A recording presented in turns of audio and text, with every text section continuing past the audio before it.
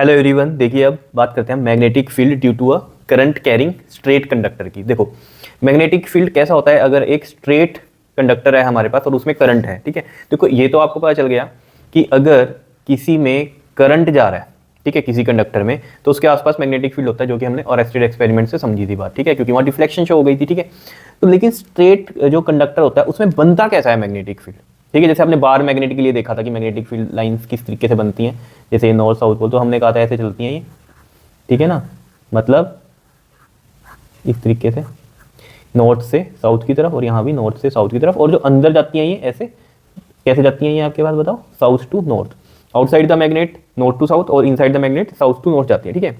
तो ऐसे ही अगर हमारे पास एक करंट कैरिंग स्ट्रेट कंडक्टर है तो उसके लिए कैसा मैग्नेटिक फील्ड बनता है, उसके लिए देखो, तो हमें ये पता होना चाहिए कोई भी स्ट्रेट कंडक्टर है उसके अंदर अगर करंट है तो उसके अराउंड जो मैग्नेटिक फील्ड बनता है वो बनता है कोसेंट्रिक सर्कल्स। कोसेंट्रिक सर्कल्स कैसे, जैसे मान लो ये एक वायर है और इसमें क्या है, करंट जा रहा है, ठीक है, तो इसके अराउंड कोसेंट्रिक सर्कल्स बनते हैं, मान लो इस तरीके से कोसेंट्रिक सर्कल्स, ये है मैग्नेटिक फील्ड, इसका इस तरीके से बनता है। आ रही है बात समझ में या नहीं, बताओ समझ में आई कैसे है ये कोसेंट्रिक सर्कल्स है। को क्यों बोला इसको कोसेंट्रिक, क्योंकि इन सभी का सेंटर यही है, ठीक है ना, इस वाले सर्कल का भी यही सेंटर है, दूसरे सर्कल का भी सेंटर यही है, सेंटर सबका सेम है, तो इस तरीके से ये सर्कल्स बनते हैं। क्लियर, तभी इनका नाम दिया हमने कोसेंट्रिक सर्कल, क्योंकि सबका सेंटर सेम है, ठीक है। अब इसको कैसे एक्सपेरिमेंटली देखा गया कि जैसे हमने क्या किया, एक वायर ली और उसको बैटरी से कनेक्ट किया और उसके बीच में एक कार्डबोर्ड लगा दिया। देखो कैसे, मैं समझाता हूँ आपको, देखो इस तरीके से एक ये कार्डबोर्ड लिया हमने, ऐसा समझ लो, ठीक है, और इसमें हमने एक वायर ऐसे, एक स्ट्रेट वायर ऐसे समझ लो आप, ठीक है, इस तरीके से इसके बीच में से निकाल दिया, बीच में से इस तरीके से निकाल दिया ताकि आपको समझ में आए, ऐसे पूरी लाइन नहीं बना दी, आपको समझ में आए कि ये कार्डबोर्ड है, उसके बीच में से ये निकाल दिया हमने स्ट्रेट कंडक्टर, ठीक है। और हमने क्या किया, यहाँ पर एक बैटरी लगा दी, ठीक है, बैटरी लगा दी और इस तरीके से इसमें करंट फ्लो हो गया, ठीक है, ये पॉजिटिव टर्मिनल, ये नेगेटिव टर्मिनल, तो करंट कैसे जाता है, पॉजिटिव टू नेगेटिव जाता है, पता है सभी को करंट, तो करंट ऐसे जा रहा है, ठीक है। अब इसमें जो ये कार्डबोर्ड लगाया है हमने क्या किया, इसके ऊपर आयरन की फाइलिंग्स आयरन फाइलिंग्स, फीलिंग नहीं फाइलिंग्स, आयरन फाइलिंग इसके अंदर डाल दी हमने, ठीक है, मतलब क्या, लोहे का चूरा पाउडर, वो इसके ऊपर डाला और इसको ऐसे टैप करते रहे। तो हमने क्या देखा, उसने शेप कैसे ले ली, कोसेंट्रिक सर्कल्स की शेप ले ली। तो वो कैसे, यानी कि यहाँ जो मैग्नेटिक फील्ड बन रहा है वो सर्कल्स की फॉर्म में बन रहा है, कोसेंट्रिक सर्कल्स, यानी कि तभी तो वो अलाइन हो गया, जो चूरा था लोहे का वो कैसे अलाइन हो गया, उन सर्कल्स पे अलाइन हो गया, क्योंकि मैग्नेटिक फील्ड वहाँ है, वो तो वहाँ पर अट्रैक्ट होंगे, ठीक है ना। तो देखो जरा इस तरीके से वो बना हमारे पास सर्कल्स, इस तरीके से ये कोसेंट्रिक सर्कल्स बने वहाँ, ठीक है। जैसे मैं अगर इसको समझाना चाहूँ आपको इस तरीके से, देखो जैसे ये एक वायर है, ठीक है, ये क्या है, एक वायर है, ठीक है, मान लो ये स्ट्रेट कंडक्टर है इस तरीके का, और इसमें से हमने करंट निकाला, अब इसके बीच में हमने ये कार्डबोर्ड लगा दिया, जैसे ये लगाया है, ठीक है ना, बीच में कार्डबोर्ड लगा दिया और ऐसे ये वायर है जिसमें करंट ऐसे जा रहा है। तो जब हमने इस पर आयरन का जो फाइलिंग था, यानी कि जो चूरा था लोहे का, उसको जब हमने इस पर गिराया और ऐसे टैप करते रहे, ठीक है, तो वो अपने आप को कैसे लाइन कर लिया उसने, उसकी शेप कैसे बन गई ऐसे कोसेंट्रिक सर्कल्स में, क्योंकि दिखती तो है नहीं मैग्नेटिक फील्ड लाइंस, ठीक है ना, लेकिन वो उस शेप में है, तो वो कैसे बचा हमें, आयरन फाइलिंग से, ठीक है। उसने अपने इस तरीके से सर्कल्स बना लिए, जैसे कि आपने किया था जब हमने बार मैग्नेट किया था, तो हमने उसमें कहा था ना, उसमें कैसे लाइंस पता चली, तो उसमें भी हमने आयरन फाइलिंग सी डाली थी, ठीक है। तो इसका एक और तरीका है क्या, जैसे ये हमने आयरन फाइलिंग डाली, ठीक है, तो दूसरा क्या है कि हम यहाँ पर क्या करें, मैग्नेटिक नीडल रख दें, जो कंपास होती है अपनी, ठीक है, तो उसका नॉर्थ पोल जो होगा ना, वो देखना आप इस सर्कल की फॉर्म में घूमेगा, सर्कल्स की फॉर्म में घूमेगा, कहीं पर भी आप रख दो तो वो ऐसे, अगर मैंने यहाँ रखा उसको, ठीक है, तो वो ये सर्कल में घूमेगा ऐसे लास्ट वाले में, अगर मैंने यहाँ रखा तो ये इस वाले सर्कल में घूमेगा, तो यानी कि मैग्नेटिक फील्ड लाइंस इस तरीके से हैं, तभी तो वो उसके अलॉन्ग चल रही है मैग्नेटिक नीडल भी, और आयरन फाइलिंग से भी हमें ये बात पता चल रही है। तो ये चीज़ समझ में आ गई होगी आपको। तो ये चीज़ यही है कि यहाँ से हमने इस तरीके से और नीचे से भी एक वायर लगा के यहाँ पर हमने बैटरी लगाई है, तो उसमें करंट ऐसे चला, फिर करंट ऐसे जा रहा है, तो ये इस तरीके से शेप बन गई इसकी।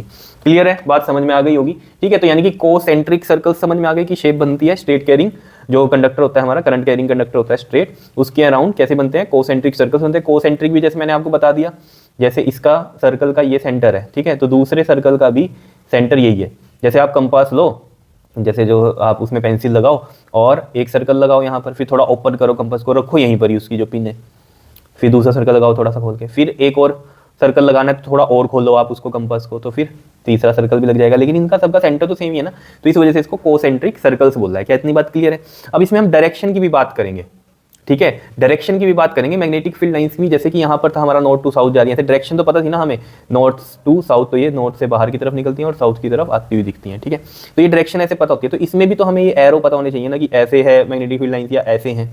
तो ये कैसे पता चलता है हमें? राइट हैंड थंब रूल से, ठीक है। राइट हैंड थंब रूल क्या कहता है? अपना राइट हैंड लो, ठीक है, और जैसे कि ये मेरा राइट हैंड है, ठीक है, तो थंब को ऐसे स्ट्रेच करो जिसमें अलोंग करंट है, जैसे कि ये कंडक्टर है और इसमें करंट ऐसे जा रहा है। तो मैंने क्या किया, ये अपने हाथ में होल्ड किया इसको, कंडक्टर को, और जो अपना थंब है उसको ऐसे स्ट्रेच किया जिस भी डायरेक्शन में ये करंट जा रहा है। मान लो करंट इस डायरेक्शन में जा रहा है, तो मैंने थंब को अपने ऐसे किया और इसको ऐसे होल्ड किया। तो ये जो फिंगर्स हैं जो मेरी कर्ल्ड हुई हैं, ये वाली यहाँ से, ये देखो ये फिंगर्स जो कर्ल्ड हुई हैं राइट हैंड की, ये डायरेक्शन हो गई किसकी? मैग्नेटिक फील्ड की। देखो ये थंब इस डायरेक्शन में करंट है और ये फिंगर्स कर्ल्ड होगी ऐसे। तो यानी कि जो डायरेक्शन है मैग्नेटिक फील्ड की वो कैसे आ गई? इस तरीके से आ गई। तो ये कौन सी डायरेक्शन होती है इस तरीके से जो चलती है डायरेक्शन? बताओ कौन सी होती है? एंटी क्लॉकवाइज, ठीक है। अभी मैं समझा दूंगा आपको एंटी क्लॉकवाइज क्या होती है और क्लॉकवाइज क्या होती है, लेकिन अभी क्या है, डायरेक्शन हमारी ये वाली आई है, ठीक है। तो अगर मैं यहाँ पर इसको बनाना चाहूँ, यहाँ पर बनाता हूँ, देखो ये मान लो एक स्ट्रेट करंट कंडक्टर है और ये करंट इसमें इस तरीके से जा रहा है। तो जिसमें कोसेंट्रिक सर्कल्स बनते हैं मैग्नेटिक फील्ड लाइंस के, उनमें जो डायरेक्शन आएगी, देखो ये थंब मैंने ऐसे किया और कर्ल फिंगर्स ऐसे हो रही हैं, ठीक है। तो यानी कि ऐसे चल रहा है ये, यानी कि ये यहाँ से ऐसे होगा और ऐसे होगा, समझ रहे हो? क्लियर है? तो इस डायरेक्शन को ऐसे जो चलती है ना, इसको बोलते हैं हम एंटी क्लॉकवाइज। क्यों बोलते हैं एंटी क्लॉकवाइज? क्योंकि अगर आपने क्लॉक देखी है, यहाँ 12 होता है, यहाँ 6, यहाँ 3, यहाँ 9, क्लॉक में अगर सुई देखी है वो ऐसे चलती है, तो ये होता है क्लॉकवाइज डायरेक्शन, है ना। हमेशा ऐसी चलती है ना सुइयां, आपने देखी होंगी इसमें जो चलती हैं, तो ये हो गई क्लॉकवाइज डायरेक्शन। अगर इसके उल्टे हम चलें तो वो क्या हो गई? Anti clockwise direction. तो देखो इसमें ऐसे चल रहे हैं तो एंटी क्लॉकवाइज डायरेक्शन हो गई। क्लॉक का मतलब यहाँ पर यही है, ठीक है, क्लॉक की डायरेक्शन ये होती है तो क्लॉकवाइज डायरेक्शन। अब जैसे मान लो करंट क्या है आपका? डाउनवर्ड है, ठीक है, ऐसे है डाउनवर्ड करंट, ऐसे है। तो अब हम क्या करेंगे, अपने राइट हैंड का जो थंब है ना उसको स्ट्रेच करेंगे कहाँ पर?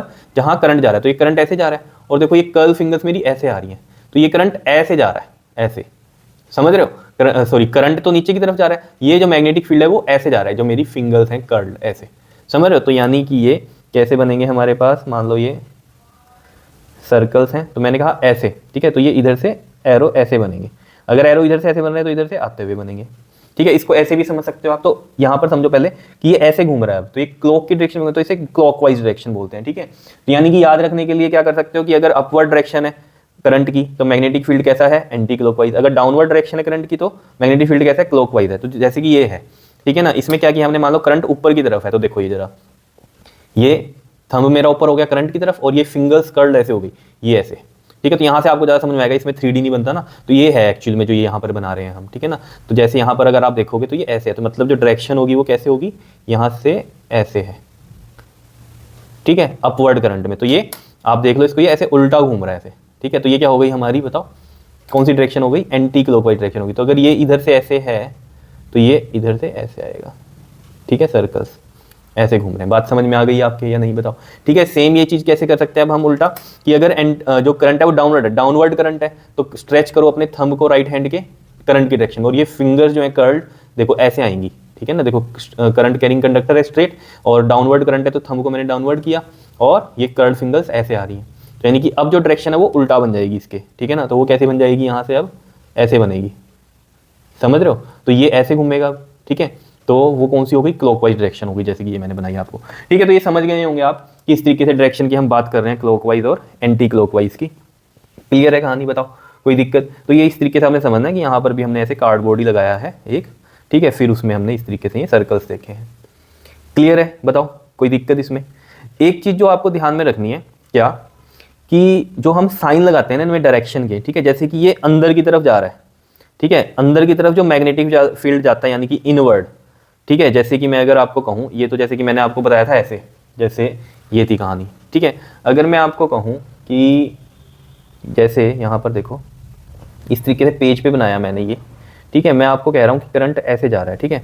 तो अब इसमें अगर हम देखेंगे तो मैग्नेटिक फील्ड कैसा बनेगा? देखो ये थंब हो गया और इधर से ये कर्ल फिंगर्स ऐसे जा रही हैं, पेज में जा रही है अंदर, मतलब जो सर्कल बन रहे होंगे ऐसे पेज में बन रहे होंगे, है ना, ऐसे ऊपर की तरफ आ रहे होंगे। अगर मैं इसको ऐसे बना दूँ, जैसे ये है ना, ठीक है, ये मैं ऐसे दिखा रहा हूँ आपको, ये ऐसे हो गया, ठीक है। यहाँ से अगर आप देखो इसको, ये ऐसे हो गया, ठीक है, और करंट मान लो ऐसे आ रहा है, ठीक है। तो करंट ऐसे आ रहा है तो मतलब जो मैग्नेटिक फील्ड होगा वो इधर से कैसा जा रहा है, इनवर्ड, और यहाँ से आउटवर्ड आएगा।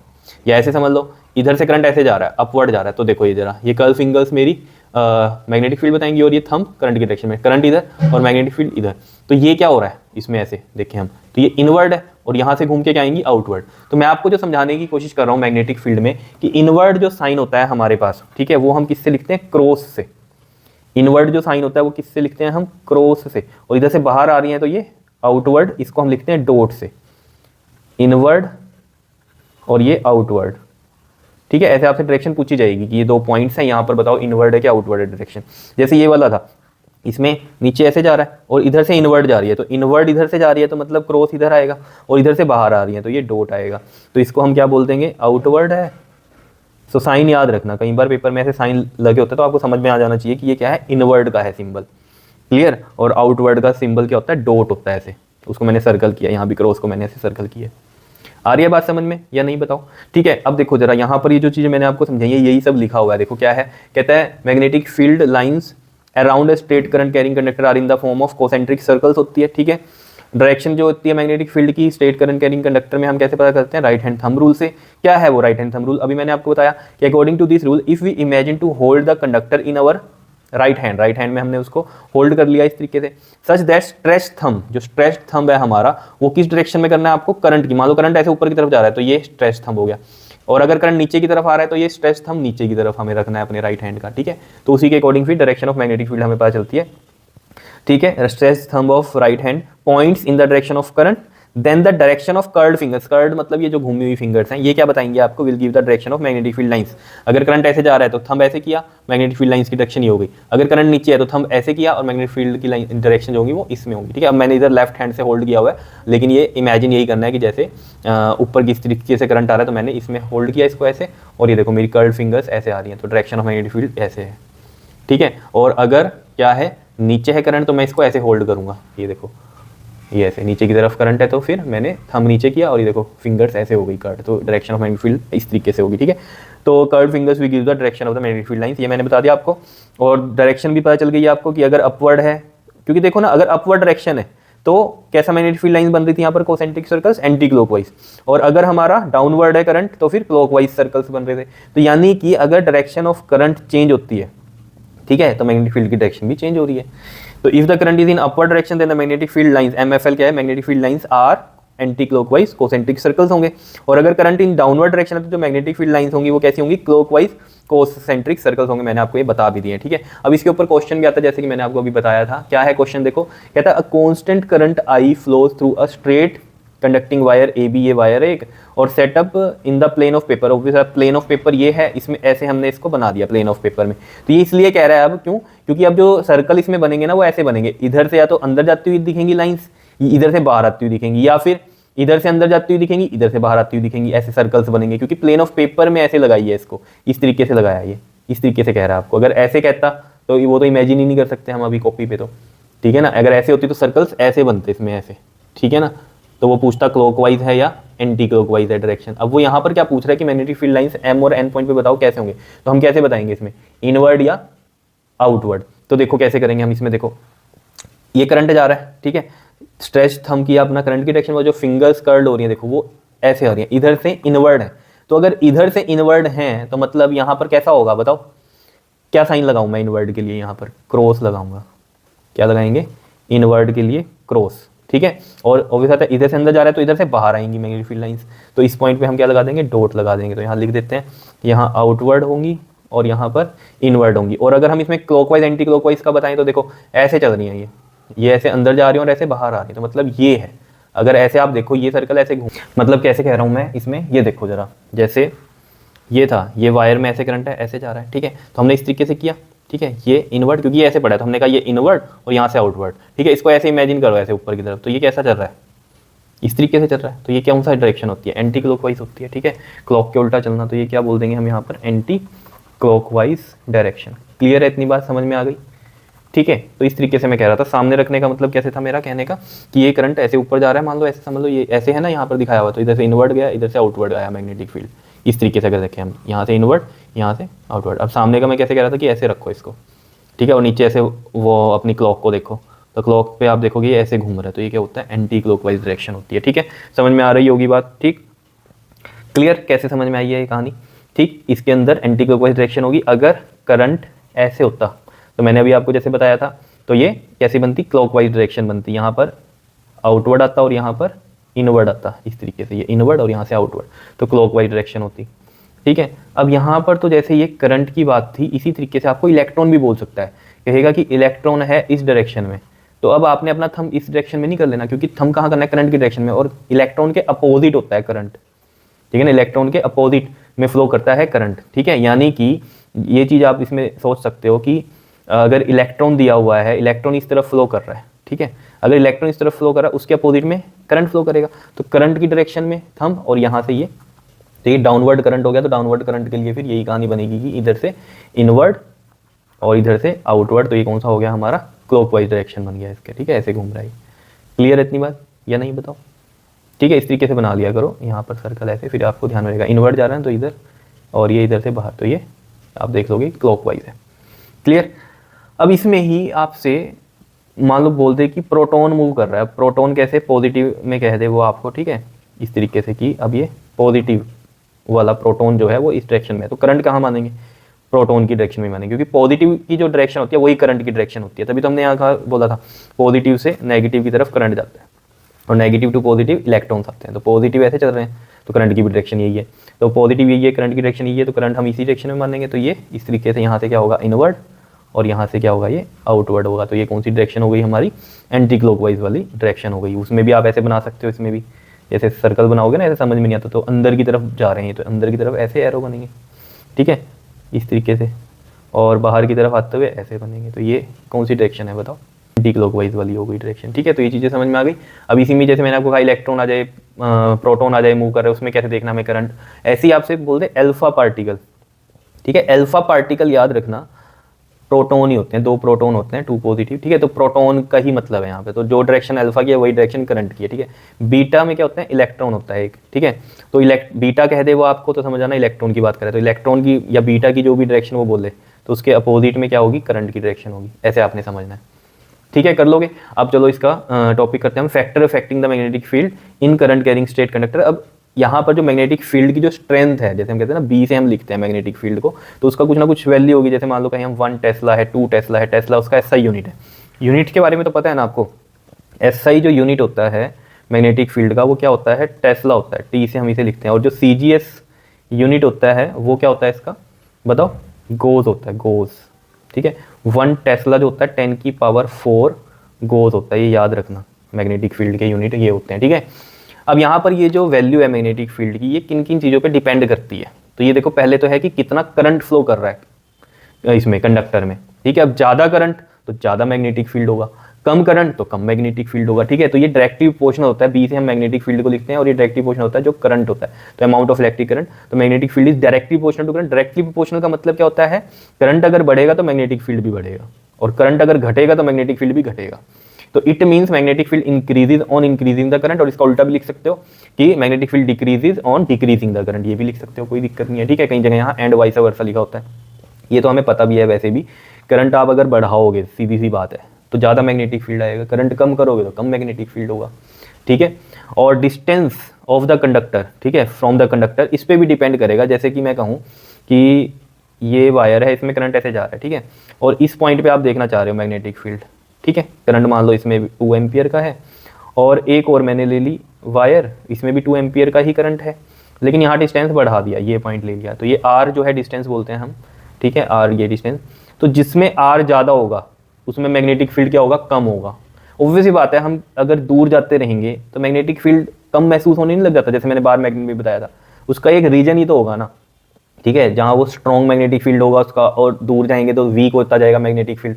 जहाँ पर मैंने आपको कहा था कि एक मैग्नेट रखी है, मान लो यहाँ से वो अट्रैक्ट कर रही है नेल्स को, यानी कि कीले जो हैं आयरन की, ठीक है, उनको अट्रैक्ट कर रही है। यहाँ रखा थोड़ी दूर तो वो सिर्फ हिला ही पा रहा है, उसे अट्रैक्ट नहीं कर पा रहा, पूरी तरह से चिपका नहीं पा रहा अपनी तरफ, जैसे कि इसको चिपका रहा था, लेकिन हिला रहा है इसको, यानी कि मैग्नेटिक फील्ड तो है लेकिन वीक है। तो दूर जाते तो मैग्नेटिक फील्ड वीक हो जाता है, तो और दूर जाएंगे तो वो कुछ भी नहीं कर पाएगा, हिला भी नहीं पाएगा इसको, तो यानी कि मैग्नेटिक फील्ड यहाँ है ही नहीं। तो मतलब क्या है, जैसे जैसे दूर जाते हैं तो मैग्नेटिक फील्ड कम होता है।